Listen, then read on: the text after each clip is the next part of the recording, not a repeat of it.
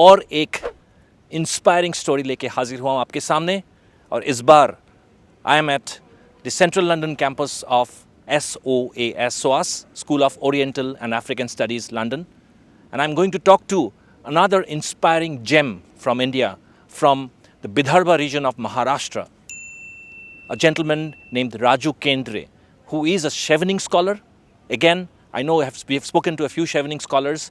He is doing his masters, and we'll talk to Raju and hear from him about that inspiring journey from that remote village of Maharashtra, close to Buldana, and how he has made his way out through all obstacles and landed himself to do his masters as a Chevening scholar in SOAS, London. Welcome Raju, बहुत बहुत स्वागत है आपको इस show पे आने के लिए।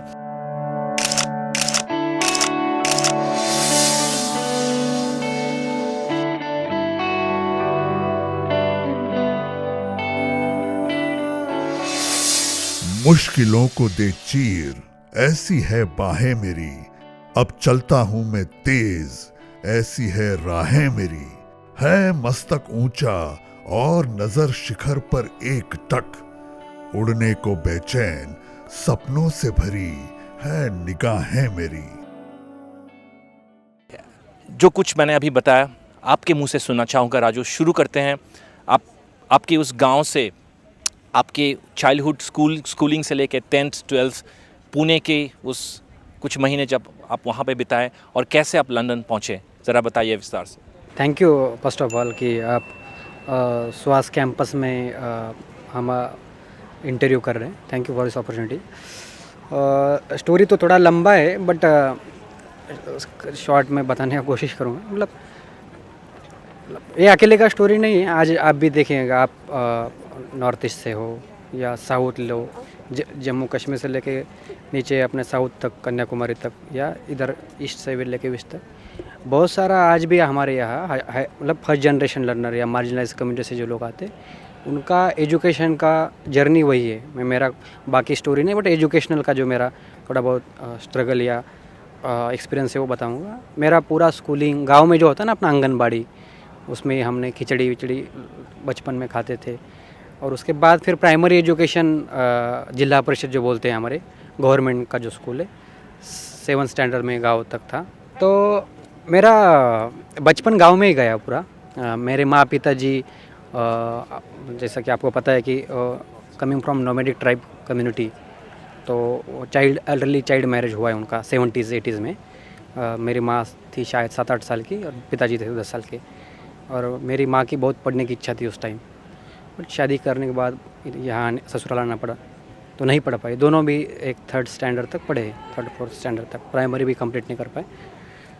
तो दोनों का इच्छा था हमको पढ़ाने का, मतलब जितना भी उनका अंडरस्टैंडिंग था। तो उन लोगों ने जो नहीं कर पाए आपके द्वारा वो सब करवाने की कोशिश थी उनकी। यस। प्राइमरी सेकेंडरी एजुकेशन जिन्होंने, उनको नहीं था इतना अवेयरनेस या उतना कॉन्फिडेंस, बट उन्होंने जहाँ उनको आसपास में अपॉर्चुनिटी दिखा वहाँ उन्होंने भेजने का कोशिश या मौका देने का कोशिश। ये कौन सी जगह की? महाराष्ट्र, बुल्दाना, आई नो विदर्भ की बात।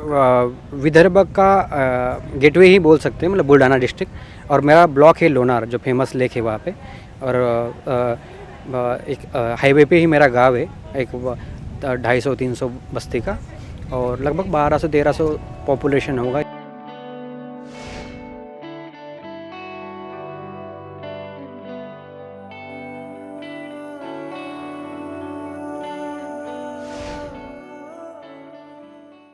Buldhana town centre, city centre से कितनी दूर है? ये आएगा अराउंड 85-90 किलोमीटर। और मेरा प्राइमरी एजुकेशन पूरा गांव में हुआ है, वर्नाकुलर मीडियम में, जिला गवर्नमेंट के स्कूल में। और बचपन अच्छा गया था, बचपन पूरा अपना। मतलब मराठी मीडियम में आपने क्लास 10 तक पढ़ाई की? नहीं, मेरा तो पूरा डिग्री तक, मतलब डिग्री के बारे में बताऊंगा। मैंने डिस्टेंस, मेरा पूरा डिग्री तक पढ़ाई वर्नाकुलर में हुआ है, मराठी में हुआ है। तो जो भी अपने लोग देख रहे हैं दर्शक, तो ऐसा नहीं है कि वर्नाकुलर में पढ़ेंगे तो यहाँ पे आप आए। वही तो हम दर्शाना चाहते हैं कि अगर बाहर फॉरेन अब्रॉड पढ़ने के लिए आना आप किसी की ख्वाहिश है, और वो मराठी हो या कोई भी अपने लोकल लैंग्वेज में पढ़ाई की हो आपने 10th 12th, वो that is not a limitation. आप अंग्रेज़ी मीडियम में पढ़ाई करोगे तभी आपको फॉरेन आने की मतलब अवसर मिले, ऐसा नहीं है। वही हम दर्शाना चाहते हैं। और Raju is a perfect example. Raju please continue. तो मतलब मेरा 7th स्टैंडर्ड तक पढ़ाई गांव में हुआ, जिला परिषद स्कूल में। बचपन बहुत अच्छा गया मेरा, क्योंकि जो बचपन में रहता है ना कि क्रैप पकड़ना या बारिश में घूमना या उधर उधर घूमना, खेलना कूदना, घर का मार खाना, गाली खाना, तो ये बचपन बहुत अच्छा गया, जो शायद टायर 1 सिटीज़ वाले बच्चे नहीं एंजॉय कर पाते। और अभी सोशल मीडिया और ये सब पबजी वगैरह के ज़माने में तो शायद और कुछ उसके डिसएडवांटेज है, बट बचपन अच्छा गया फ्रैंकली स्पीकिंग रूरल एरिया में। मेरे गांव में बहुत डाइवर्स कम्युनिटीज़ भी है, छोटा गांव भी होते, सब दोस्तों सब कम्युनिटी से, तो वो भी इनडायरेक्टली डायरेक्टली बहुत सेंसिटाइजेशन हुआ बचपन में।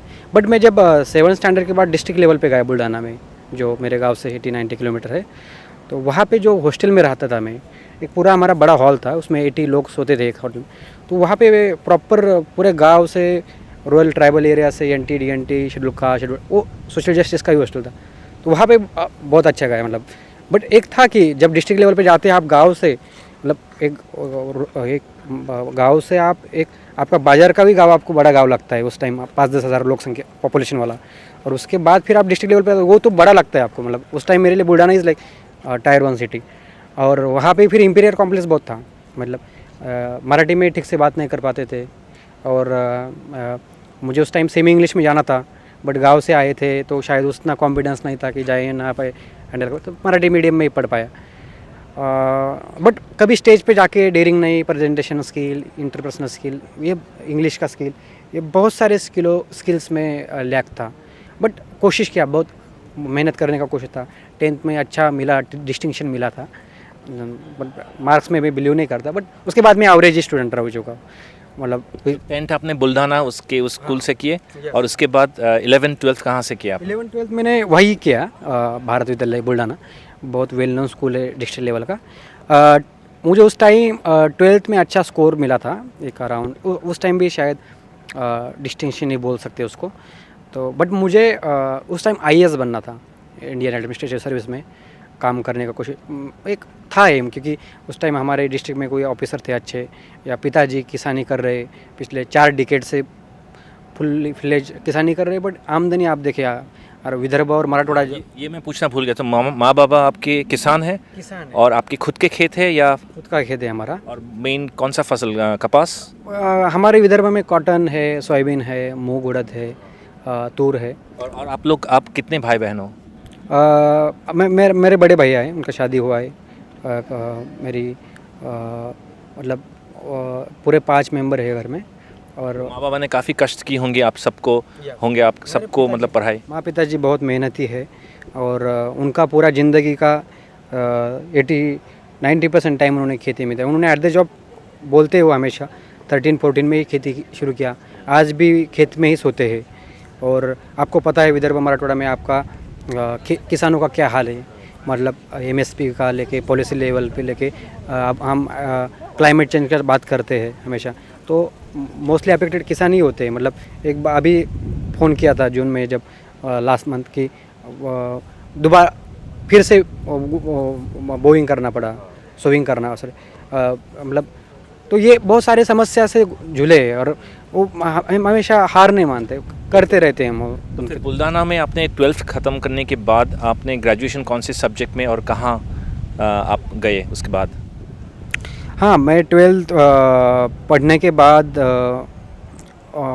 मुझे IAS बनना था, तो पुणे जो मेरे गांव से 400 किलोमीटर के, मतलब 12th के बाद में साइंस था उस टाइम मेरा। साइंस भी कैसा कि हमारा एजुकेशन सिस्टम पता है आपको, स्कोरिंग मार्क्स वादी होता है, मार्क्स ले लो। तो उस टाइम उतना क्रिटिकल थिंकिंग नहीं था, या उतना ऐसा नहीं देखते थे। कौन से साल की बात करें हम लोग? 2011 की बात है, जब मेरा 12th हुआ था, और मैं पुणे में गया, IAS बनना था। तो हमको हमारे कंट्री में पता है आपको, यहाँ पे ऑक्सफोर्ड कैम्ब्रिज जैसे university humanities and social science के लिए दुनिया में मानी जाती है, टॉप करती है ये ओवरऑल। बट हमारे यहाँ ह्यूमैनिटीज़ सोशल साइंस को बहुत स्कोप नहीं दिया जाता। तो मैंने BA में एडमिशन लिया था, और इसलिए मुझे हॉस्टल्स नहीं मिला, उस तरीके से देखा नहीं जाता था। ये पुणे में आपको हॉस्टल्स नहीं मिला, पुणे में हॉस्टल्स नहीं मिला, या कुछ जगह ट्राई करने को कोशिश किया, बट वो बोले आप BA को एडमिशन लिए, इसलिए आपका BSc में होता तो आपको एडमिशन शायद मिल जाती। मेरे से कम मार्क्स वाले बच्चों को बीएससी की वजह से एडमिशन मिला था। तो आज भी ये हमारा आज भी ये टिका हुआ है कि हॉस्टल एडमिशंस की बात कर रहे हो। हॉस्टल्स एडमिशन की बात है। मैं हॉस्टल्स के नाम नहीं लेना चाहूँगा क्योंकि वो अच्छा काम कर रहे हैं। तो ये ऐसे मैं बहुत घूमने का कोशिश किया। मुझे फर्ग्यूसन कॉलेज में एडमिशन लेना था, अच्छा स्कोर था उस टाइम, एनटी कम्युनिटी से उतना स्कोर पे एडमिशन मिल जाता था, बट डेट्स नहीं पता था। कमिंग फ्रॉम एक गांव, वहाँ पे कोई मेंटर नहीं था, कोई इमीडिएट कांटेक्ट नहीं था, कोई नेटवर्क नहीं था। फिर फर्ग्यूसन नहीं ले पाया, मॉडर्न में एडमिशन लिया, मॉडर्न कॉलेज में। और फिर 5-6 महीना स्ट्रगल किया, कोई बीपीओ में अपना जो होता है कॉल सेंटर में, उसमें ट्रेनिंग करने का कोशिश किया। पहली तो बात सिर्फ फाइनेंशियल नहीं है ऋतुराज जी, बात है आपका सोशल बैकग्राउंड, आपका इकोनॉमिक बैकग्राउंड, आपका कल्चरल बैकग्राउंड, आप जिस कम्युनिटी से आते, आपका लैंग्वेज क्या है, आप किस तरीके से लोगों को बात कर रहे हैं, तो डिस्क्रिमिनेट हो जाते हैं इनडायरेक्टली डायरेक्टली। तो जाने अनजाने में डिस्क्रिमिनेशन आपको सहना पड़ा। वो तो अभी भी होता है, यहाँ पे भी होता है लंदन में ऐसा। तो वो सारे कारण थे और उसकी वजह से, और कोई इमीडिएट सपोर्ट भी नहीं था ना वहाँ पे, जैसा होता है। हम देखते हैं कि जितने यहाँ पे लोग आते हैं LSE ऑक्सफोर्ड कैम्ब्रिज में, उनके रिश्तेदार यहाँ पे होते हैं लंदन यूके में रेसिडेंट, तो जा सकते हैं घूमने। हमारा पुणे में कोई रिश्तेदार नहीं, कहाँ किसी के जाके मिले। तो बहुत सारे, ये मैंने शुरू में ही बोला कि ये मेरा अकेले का स्टोरी नहीं, हज़ारों लाखों फर्स्ट जनरेशन लर्नर है, मार्जिनलाइज्ड कम्युनिटीज़ के बच्चे जिनका ये स्टोरीज़ है। तो फिर पुणे में आपने 6 महीने रहे और फिर वापस आप घर वापस चले गए। उस टाइम 2011 में मैं वापस जाने के बाद भी मैं कोशिश किया पढ़ाई करने का, फिर मैं 2-3 जगह घूमने का कोशिश किया, पढ़ाई करने का। बट मेरा एक 10 साल की जर्नी में मैंने कभी ये नहीं किया कि भाई पीछे नहीं हटा, जो भी प्लेटफॉर्म मिला वहाँ पे मेहनत करने का कोशिश किया। फिर 2012 में मुझे एक मेलघाट नाम का रीजन है मेरे मतलब विदर्भ रीजन में ही है, वहाँ पे एक 300 किलोमीटर होता है मेरे गांव से, तो वहाँ पे ट्राइबल बेल्ट है। आज भी वहाँ पे road connectivity, electricity, access education, access to health, इन बेसिक प्रॉब्लम से जूझना पड़ता है। उस टाइम 10 साल पहले तो बहुत ही बड़े प्रॉब्लम्स थे, चाइल्ड मोर्टेलिटी रेट, MMR, तो ये सब इश्यूज़ थे। तो वहाँ पे मुझे काम करने का मौका मिला एक वॉलंटियरिंग प्रोग्राम में। 1 महीना मैंने वॉलंटियरिंग किया। उसके बाद मुझे लगा कि यार हमको IAS बनना है, IAS बन के देश का सेवा, या अपने पिताजी जैसे किसान हो यार, अपने जैसे मार्जिनलाइज्ड एरिया में काम करना है। तो मैंने बोला यार यहाँ पे हमारे गांव से अपने रीजन में ही, विदर्भ में 300 किलोमीटर पे ऐसा एरिया है, 2 ब्लॉक्स है जहाँ पे 3-4 लाख का पॉपुलेशन है। वहाँ पे आज पूरे 11 BSc में आपको MBBS डॉक्टर नहीं मिलता, गायनेकोलॉजिस्ट नहीं मिलता, मोर्टेलिटी रेट इतना है। तो मैंने वो ऑर्गेनाइजेशन को भी बोला, जो हमारे मधुकर भाऊ थे, उनको कोऑर्डिनेटर, उनको बोला भाऊ मैं यहाँ पे काम करना चाहता हूँ। तो उन्होंने मेरा काम का एक महीने का जो भी था अच्छे से उसका मॉनिटरिंग करके उन्होंने मुझे 2 साल का प्लेसमेंट दिया। तो जो मैंने एडमिशन फुल टाइम था पुणे वाला, वो उसके पहले ही, मेलघाट जाने के पहले ही मैंने वो एडमिशन डिस्टेंस में शिफ्ट किया। डिस्टेंस आपको पता है कि डायरेक्ट एग्ज़ाम देने का, वो भी वर्नाकुलर मीडियम में। और वो डिस्टेंस कौन सा सब्जेक्ट में किया आपने? BA में, बैचलर ऑफ आर्ट में। और वो डिस्टेंस की वजह से शायद मैं आज I got rejected from LSE and Oxford जैसा, क्योंकि यहाँ पे फुल्ली एजुकेशन चाहिए ना। बट मैं डिग्री कंप्लीट कर पाया। और बट मेरे लाइफ का सबसे बड़ा टाइम जो होता है ना, इंक्यूबेशन होता है, जैसा आप स्टार्टअप में इंक्यूबेशन बोलते हैं या कोई भी प्रोग्राम में इंक्यूबेशन होता है। तो मेरे लाइफ का इंक्यूबेशन वो मेलघाट के 2 साल थे, क्योंकि मैंने ग्रास रूट पे जो काम किया और जो कम्युनिटी से मैं सीख पाया। मैं ऐसा नहीं बोलूँगा मैं बहुत सारा कंट्रीब्यूट कर पाया, मैं बहुत सारा सीख पाया उस एरिया से। मतलब आप वहाँ पे जो ट्राइबल कम्युनिटी है उसके अपलिफ्टमेंट के लिए जो भी उस NGO के प्रोग्राम में था, इस लाइक एक्टिविस्ट ग्रुप था। वहाँ पे हमने MG नरेगा, जो national rural employment guarantee act है, right to education, right to information, जितने भी पीपल सेंट्रिक प्रोग्राम्स थे या सोशल सिक्योरिटी प्रोग्राम थे, वहाँ पे ग्रास रूट पे काम किया।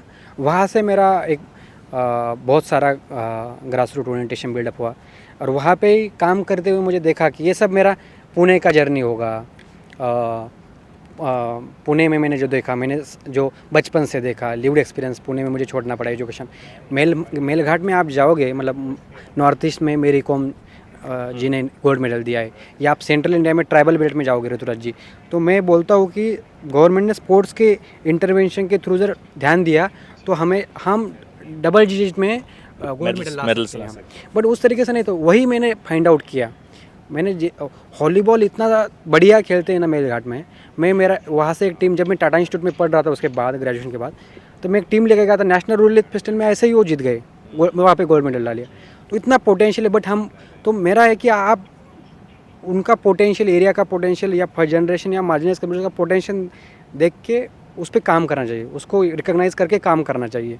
तो वही मुद्दा लेके फिर मुझे लगा कि अभी मैं नेचुरली वो यूपीएससी से डिस्कनेक्ट हो गया, फिर टाटा इंस्टीट्यूट में गया। टाटा इंस्टीट्यूट में मैंने देखा। तो आपका डिस्टेंस एजुकेशन वाला ग्रेजुएशन हुआ, 2 साल आपने उस जगह पे काम किए, फिर Tata institute of social science का ख्याल कब से आया? मतलब फिर से पढ़ाई करने के लिए, फिर से मास्टर्स डिग्री करने का ख्याल कैसे आया? 2 साल में जब काम कर रहा था मैं मेलघाट में, तब मैं फिर नेचुरली मैं डिस्कनेक्ट हो गया यूपीएससी से। मुझे लगा कि अभी आईएएस नहीं बनेंगे, अभी ग्रास रूट कम्युनिटीज़ के साथ ही इंगेज रहेंगे।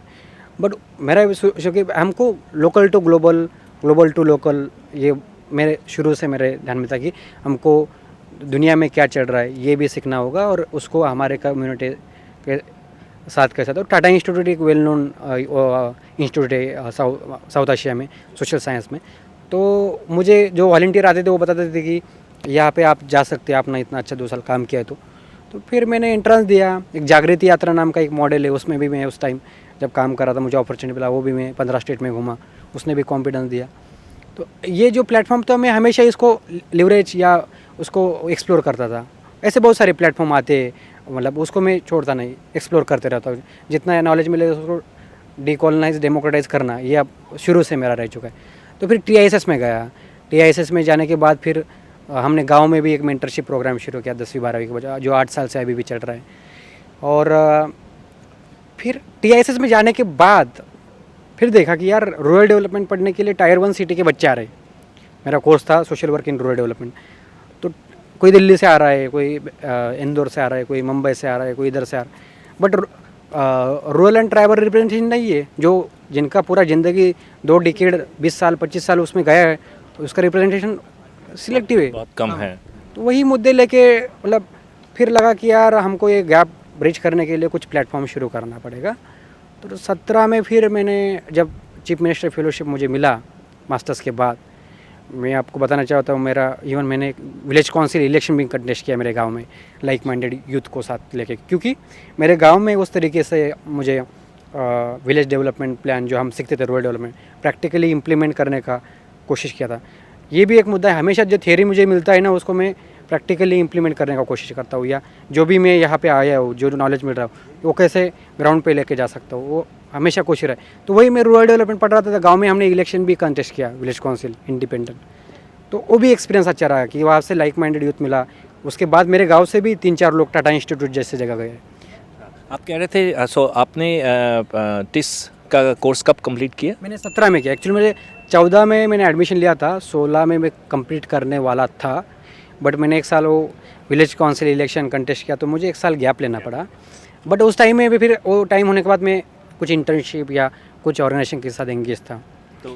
तो 2017 के बाद और उसी दौरान शायद आपने वो जो मेंटरशिप प्रोग्राम की बात कर रहे हो वो शायद एकलव्य की बात कर रहे हो आप? एकलव्य। तो एकलव्य की बात करेंगे हम लोग, और शेवनिंग स्कॉलरशिप अप्लाई करने का ख्याल कब आया? और फिर आपने जैसे आपने सुना होगा राजू ने बोला कि शायद ऑक्सफोर्ड से रिजेक्शन मिला था, शायद LSE से भी रिजेक्शन मिला था, लेकिन आपको SOAS में फाइनली एडमिशन मिला। हम लोग राजू के साथ बात करते रहेंगे। अगला एपिसोड में हम लोग इसी इन्फॉर्मेशन के बारे में बात करेंगे कि how did Eklavya happen, what is Eklavya, and how did Chevening scholarship happen? How did Raju manage to get 45 to 50 lakh of rupees in 9 months? जिनको पता है Chevening scholarship के बारे में, it's one of the most prestigious scholarship offered by the UK government. Success rate is probably less than 2%. And how did someone like Raju, who studied in vernacular medium in Marathi till his graduation, managed to face this interview, face this tough competition and made his way to London? We'll keep talking to Raju in this next episode. Don't miss out. If you are watching this channel for the first time, don't forget to subscribe and press the bell icon. This is Rituraj from the Central London campus of School of Oriental and African Studies, London. Thank you for watching. आँखों के गहराए निशान ढूंढे नई एक दिशा,